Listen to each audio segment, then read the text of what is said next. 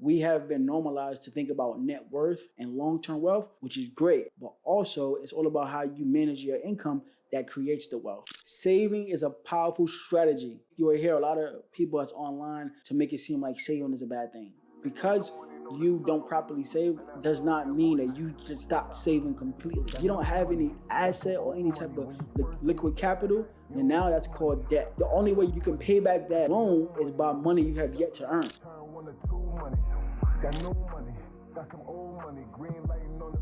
Welcome to the Plug Talk Podcast, the podcast that gives you real game on the original OPM, Our People Money. And today's podcast episode is about mortgages because Donald Trump announced that they are working on a 50-year mortgage, and there's a lot of chatter and conversations around, would you go for a 30-year mortgage or a 50-year mortgage? And I wanted to react to MG the Mortgage Guy's live and YouTube video that he did the other day from his perspective, and I definitely want to share my perspective. So comment below, make sure you like, subscribe, and follow the channel because I'm going to give you real financial wealth building game on how to really build wealth for yourself and for your last name.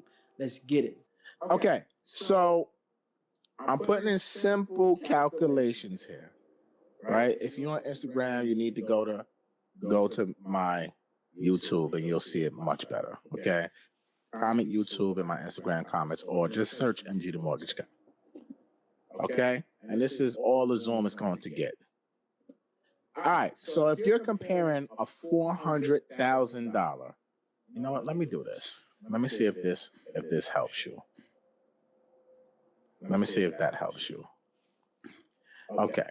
If you're comparing a $400,000 mortgage. See, right here, it's very important to understand what's going on because this is what your banker or your typical mortgage guy is going to show you: the loan amount, the term of the mortgage, and the interest rate. They're not going to really show you how this product is working. And that's why I love to watch MG the Mortgage Guy because he really break it down from a real behind the scenes type of perspective. And he give us the ultimatum and the choice to make our own decisions. A 30-year term versus a 50-year term. Let's just say your interest rate is a 6.5%, right? And a 50-year term, I'm going to use is 3/8 of a point higher at 6.875. Okay? You're looking at a principal and interest payment of $25.28 on a 30-year mortgage versus a $23.69 payment on a 50-year mortgage. Type in. So right here, it's very important to understand. So right here, this amount of money, the way I see it, this is how much is coming out, our after-tax income every month. And this is how much it's going to cost us over the time frame, 30 years. So people focus on it. This is going to cost me over time more than $500,000. That's rightfully so. I understand. But what I do and what I practice is really focusing on our income that we're managing right now. Not really 30, 40 years down the line, because if we do the right things right now, we'll be able to get the wealth long term. That's an important conversation, important principle when it comes to wealth building, because I think that we have been normalized to think about net worth and long-term wealth, which is great, but also it's all about how you manage your income that creates the wealth as well. Y'all, what's the savings between 30-year and 50-year on a monthly basis on this $400,000 loan example? Yeah, so he said a powerful word, which is saving. Saving is a powerful strategy. People today, you will hear a lot of people that's online to make it seem like saving is a bad thing. Because you don't properly save does not mean that you just stop saving completely. Like, why would you want to not save and then go borrow somebody else's money at high interest rates? That's being in debt. So saving, no matter how hard it is, it's rewarding. It's rewarding. I want to get into that. I want to do an exercise with you guys that I do with all my clients to really show the power of savings. Type in chat. What is the difference that you're saving on a monthly basis? Type in chat, y'all. Let's see. Grab your calculators real quick.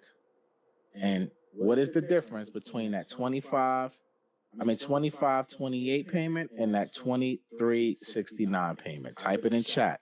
Let's see. Some of y'all typing all types of crazy numbers. I don't understand how y'all getting these numbers wrong. That made me laugh every time. Like, I don't understand how y'all getting this wrong with a calculator, yo.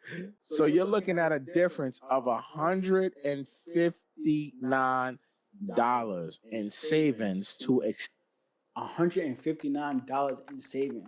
So somebody might think, oh, I don't want to save $159 and be in a mortgage liability for another 20 years. And I understand that perspective, but it all depends on how you're managing your income, right? And I'm going to break that down a little bit later once I really share this exercise. So what I want to do is this. I want to show the power of saving because I am a big fan of increasing our savings rate. It's not just about how much money you make, it's about how much money you can keep. And the reason why I love saving is because it's something that's in your control. You can actually get better at saving. You can actually become more of an efficient saver without living on rice and beans. You can actually just maximize your savings, and that's what I do. I help people implement saving strategies that they can do automatically without having to look over budgets or Excel spreadsheets. You can do it automatically, do it for you. So let's say, for example, this person is making $50,000 annually and they're saving, it's $2,000. The rate of return that they're getting on their investments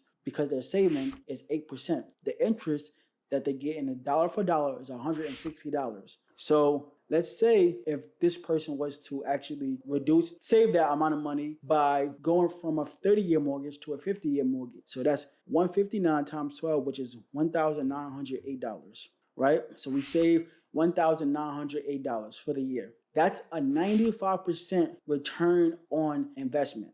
So which can be proven that 95% of $2,000 is $1,908. You cannot get that in the market. If you want to get that in other investments, you're going to have to take on more risk. By you just actually being strategic with your money and saving $159, you have a 95% return on your money that is safe and guaranteed on your money, not in a market where you got to account for fees, taxes, on your money without doing any additional work, without taking on any other risk. This is a powerful strategy. So do not let anybody make you think that saving is a bad thing. Saving is really great. As long as you understand the power behind it, you won't feel bad on really maximizing the money that you have in the savings capacity. So let's get back to it. And your loan out for 20 more years. So you're saving $159 monthly to extend for an additional 20 years. Now, as I said earlier, this doesn't mean you are going to stay in the mortgage for 50 years. Yeah. So right here, this is where financial strategy come into play. Because this is what I would do. So let's say we take that difference, that delta of $1,900, and we combine it with our $2,000, and we put it into an investment over 50 years, getting a conservative rate of 7.5%. Let's see what happens.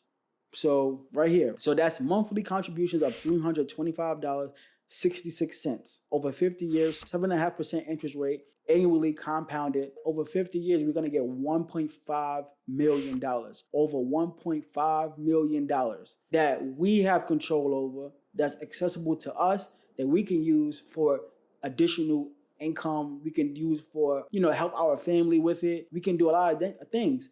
And some people say, oh, I have to wait 50 years. But look what happened.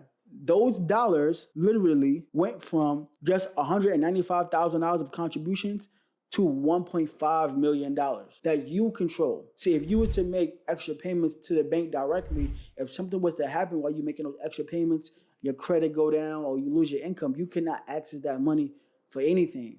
But if you were to take that delta, just put into an account that's going to get a conservative rate of return over the same time span, you're creating an additional $1.5 million.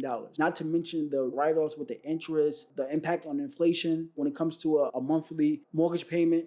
Also, if I wanted to, right here in year 30, I have $368,000. So if I were to take the amortization chart and look at year 30, I would have a balance that will owe the bank of $307,000. But guess what? I have in my account, year 30, $368,000. So I have a $60,000 positive capital surplus that I can use, and I could still pay off my mortgage. And then if I really was smart enough, I would take that mortgage amount and now I would accelerate the growth of my money. Or you don't have to do that. You can keep it riding. So literally, this is what we mean by not being in debt. So you can have liability, but as long as you have your own capital that can offset that liability in the event of something happening, we don't call that debt. The problem is that a lot of times we get into loan payments and we don't have any assets or any safe liquidity that we can use just in case if something happens, we can actually pay off the liability and go about our day. So if you don't have any asset or any type of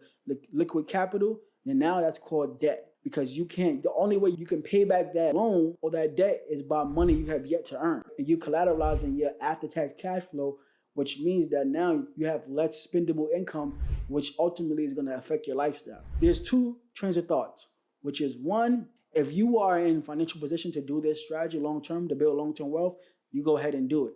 However, the problem is that when people have a lot of high DTI compared to how much income that they're bringing in, let's say if they're bringing in 100% of their income, but 80% of their income is going towards debt and servicing debt, then I would want you to get out of debt faster because that cash flow that you're going to be saving is going to actually free up your opportunities to build wealth. So if you're in a situation where your DTI is super, super high and it's over 50%, I'm definitely recommending you get out of debt as fast as possible. Now, there's ways we can do it to make sure we stay liquid, but you definitely want to get out of debt as fast as possible. But the problem is that a lot of times people, they make payments to the bank and now they don't understand that you now have to requalify to get the money back out. So now if something happens to your credit, you lose your income, now you would never be able to access that equity inside the asset that you have, which is your property. It could be your primary mortgage, your primary residence. It can be that. But because of life happening over that 50 years or that 30 years, now you don't have any access. So it's important on how we go about paying off debt to make sure that we're still in a position to account for opportunities that can create more cash flow or emergency. So yes, I'm a fan of getting out of debt as fast as possible, but I'm also more of a fan of getting out of debt as efficient and as effective as possible when you understand how debt works, right? So if you're a person, once again, that has a lot of debt but don't have any assets, your asset is really your income. So you need to get out of debt because you got to start saving money and creating a pool of capital that you can go leverage to build wealth. If you don't have that, you're going to be in a debt trap. And that's why some people are afraid for a 50-year mortgage because they have a spending problem. They don't know how to save. So if you're a person that want to learn how to save automatically without thinking about it, make sure you comment the word save, or you can contact me on my Instagram, my YouTube page, and I could book a free one-on-one 15-minute consultation to teach you my strategy on how I use to help people go from saving $100 a month to $500 a month without doing any extra work. So it's very important, and going forward, I'm definitely going to be having Finance Guide Fridays where I'm going to be doing free financial webinars on my financial practice and my teachers and my belief system on how to build wealth. So make sure you stay locked in. It's the Plug Talk Podcast. I'm Mr. Brooklyn Business, the Finance God. I'm out of here. Let's get it. Double up, turn 1 to 2 money. Got new money, got some old money. Green lighting on the business, that's a gold money. Got old money, got some new money.